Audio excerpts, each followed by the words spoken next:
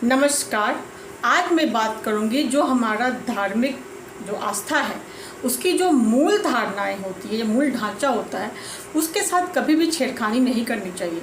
आप अगर देखें तो संविधान भी, भारतीय संविधान जो इंसानों के द्वारा बना हुआ है, उसका एक मूल ढांचा होता है जो कि सुप्रीम कोर्ट के द्वारा बाद में से माना गया, जो मैं एक अलग विषय है जो मैं बाद में बात करूंगी। तो जो संविधान का जो मूल ढांचा होता है उसके साथ भी जो है पार्लियामेंट के अंदर किसी प्रकार का कोई छेड़खानी नहीं किया जाता।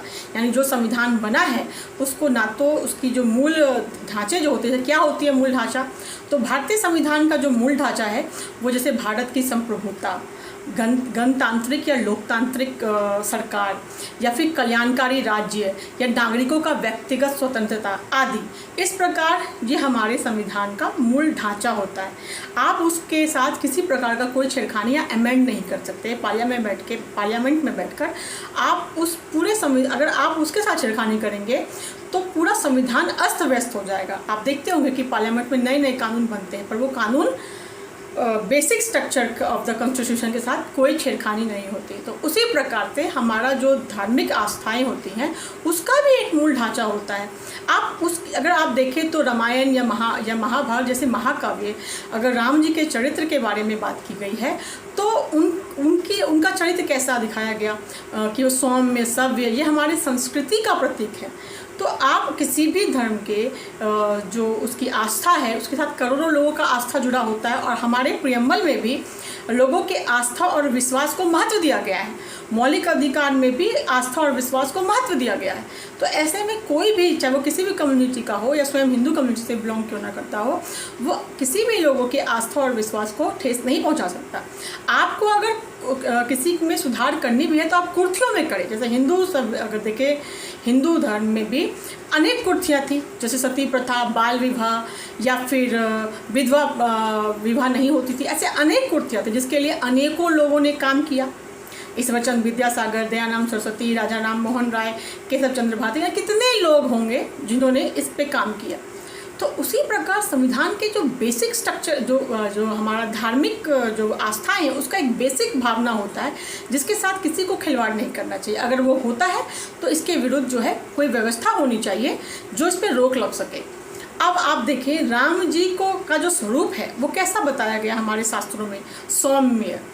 वो अगर शक्तिशाली भी थे तो वो सौम्य, सभ्य भी थे। हमारे हनुमान जी का अगर देखा जाए तो भाषा शैली कैसे थी, उनको ज्ञान था, शास्त्रों का ज्ञान था, वो सौम्य, सभ्य सब तरह से थे।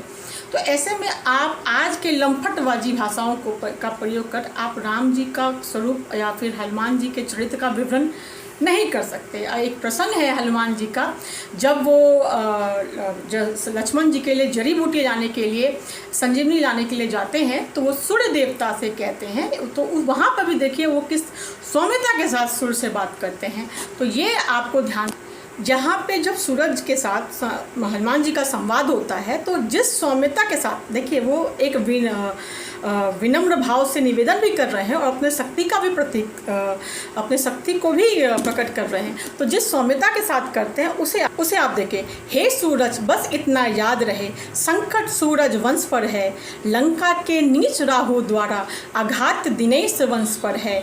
मेरे आने से पहले यदि किरणों का अगर चमत्कार होगा तो सूर्य वंश में सूर्यदेव निश्चित ही अंधकार होगा। इसीलिए छिपे रहना भगवान, जब तक ना मैं जड़ी पहुंचा दूं मैं, बस तभी प्रकट होना भगवान, जब संकट निशा मिटा दूं मैं। आशा है स्वकल्प प्रार्थना, प्रार्थना भी कर, स्वकल्प प्रार्थना सच्चे जी से स्वीकारोगे, आतुर के आर्थ अवस्था को करुणा होके निहारोगे। और यहीं पे देखिए वो किस तरीके से सूरज से कहते हैं, थोड़ा अपने शक्ति का प्रदर्शन भी करते हैं। अन्यथा क्षमा करना दिनकर, अंजनी तने ने पाला है, बचपन से जान रहे हो तुम, हनुमंत कितना मतवाला है। मुख में तुमको भर रखने का फिर वही क्रोध साधना होगा, बंदी मोचन तब होगा जब लक्ष्मण जी का दुख मोचन होगा।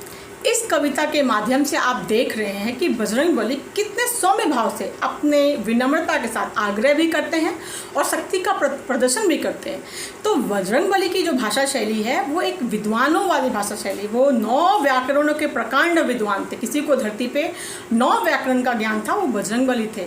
तो ऐसे में आप उनको लंफटबाजी भाषाओं का देकर आप जो मूल भावना है जो भी है किसी भी धर्म की, उसके साथ आप खिलवाड़ नहीं कर सकते।